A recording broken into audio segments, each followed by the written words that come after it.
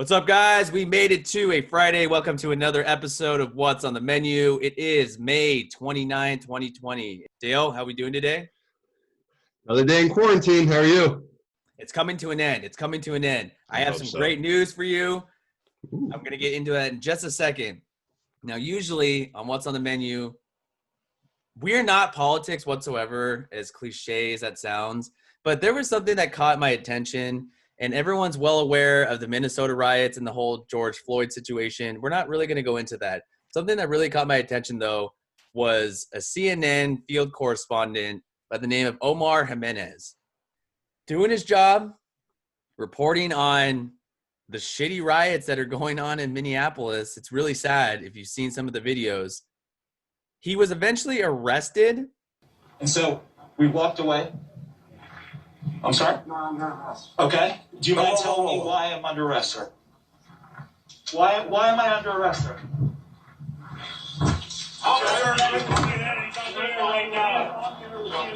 Okay.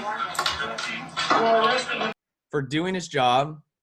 And the reason why this kind of irked me is being in media, and some of you may not know, but reporting on something is not necessarily easy. And for them, I'm referring to as law enforcement, to arrest him, it's kind of ridiculous. Thankfully, though, he was released and he's back reporting.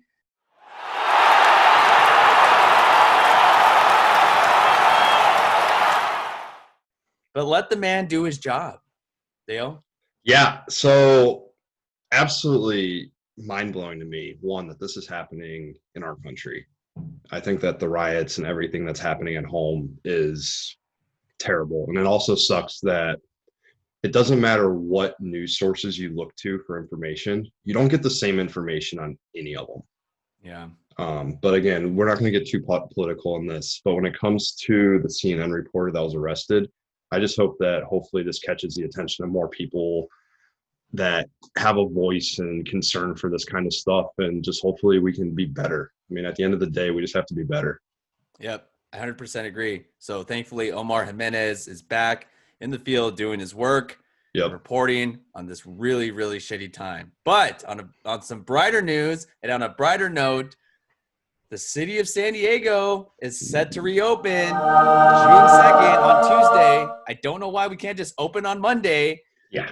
Dale, here's some of the details behind it. Chairman Greg Cox says that you can finally go and sit on the beach. You can sit on a towel, you could sunbathe. Somehow you're going to have to wear face masks to the beach, which it's going to be really hard to imagine that because no one's doing that now. And you can be in the same household. Here's the thing, though. You can't play any sports, such as football or volleyball. Go, Jeremy! There you go. Hit me. Booyah! That's what we call a sacked lunch. How many fingers I got up? Come on, Pepe. How many fingers I got up? Oh, come on. I got 4. What are your thoughts on this? I don't get it, right? I genuinely don't understand what this has to do with being safe. Me throwing a football with you or my roommate or our friends on the beach, there's nothing wrong with that. Mm-hmm. You're telling me to catch with my friends? I don't know. I don't get that. And also, don't tell me to wear a mask outside. I'm not wearing a mask outside. If you want to wear a mask outside, that is your choice, your own opinion. But at the same time, if you're wearing a mask outside, then obviously you don't feel safe. So why are you still going outside?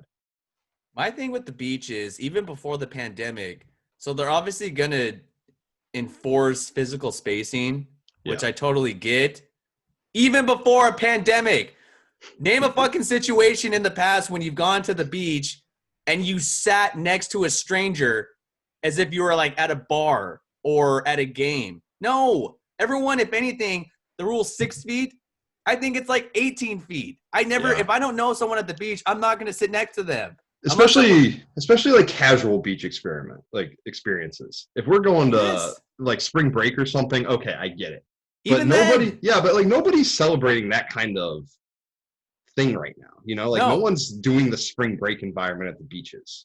I'm glad, though, and this is according to CBS 8 in San Diego, that they're going to reopen. This is nice. Yeah. And I'm kind of seeing now, the boardwalk, which is along the sand, hopefully that's opening by then because it hasn't been open for the past couple weeks. Life is kind of returning. We're getting some normalcy. A lot of these guidelines are being loosened. I really enjoy it. Yeah. Well, we'll keep our eyes on that for Tuesday. But, dude, so we have been talking about baseball all week. Some interesting news yesterday. David Price, who hasn't pitched a single game for the Dodgers, he went there this offseason. He came out yesterday and said that he's going to be paying the minor league salaries for the Dodgers organization. I think it was anybody not on the 40-man for the month of June. We have owners that are worth $2.5 billion. The majority owner for the Dodgers, I just looked it up, is worth $2.5 billion. David Price is worth $85 million. So you have like 25 times the net worth from the ownership, but yet a player who hasn't pitched a single game for your organization is doing the right thing. Again, be better. I love it. I really do. So in terms of Price, he did pledge $1,000 for the month of June for all minor leaguers in the Dodgers system that are not on the 40-man roster. And look, he has a base salary of $32 million this year. And he hasn't pitched a meaningful game for those dumb Dodgers.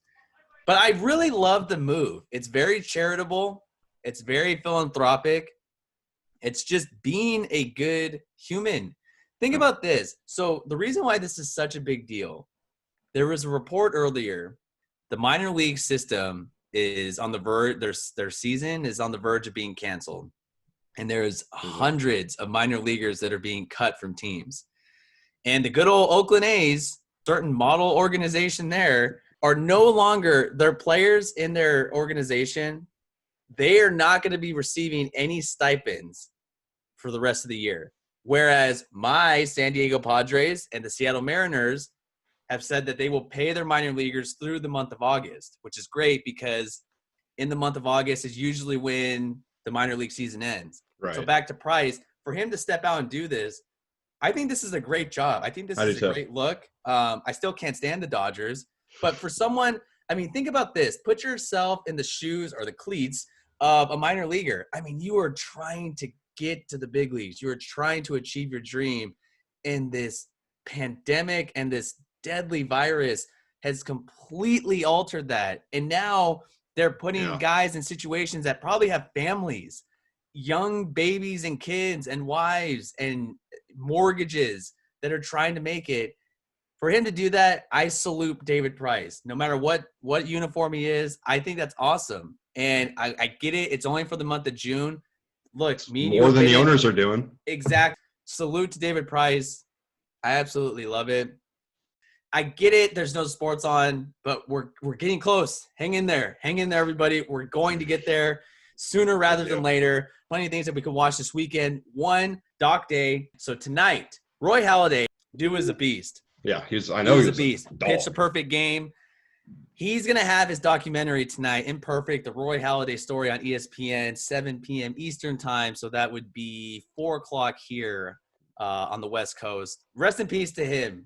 Seriously, it's a sad story of what happened. He unfortunately died in a jet. Yeah. I want to watch it. I think it's going to be compelling. I think there were some other like inner demons inside of him that he was battling. Is that going to be something that might catch your attention? Yeah, I'll watch this. Yeah, no, I'm excited for this. Roy Halladay was an absolute beast when we were growing up. He was one of the best pitchers in the league. So yeah, I'm all in for this. I like hearing stories and like what people had to overcome and deal with. It's going to be made public tonight. And obviously it was made public a long time ago when it unfortunately happened. But, you know, we send our condolences, you know, from the both of us to his wife and his kids. That's something I would never wish on anybody. And it's not that we're trying to be a really dark episode today heading into the weekend, but it's going to be a compelling story. I think you should definitely watch it. Hopefully. Dale, I hope you have a great weekend. You too, bud. We will talk to you guys on Monday. See ya.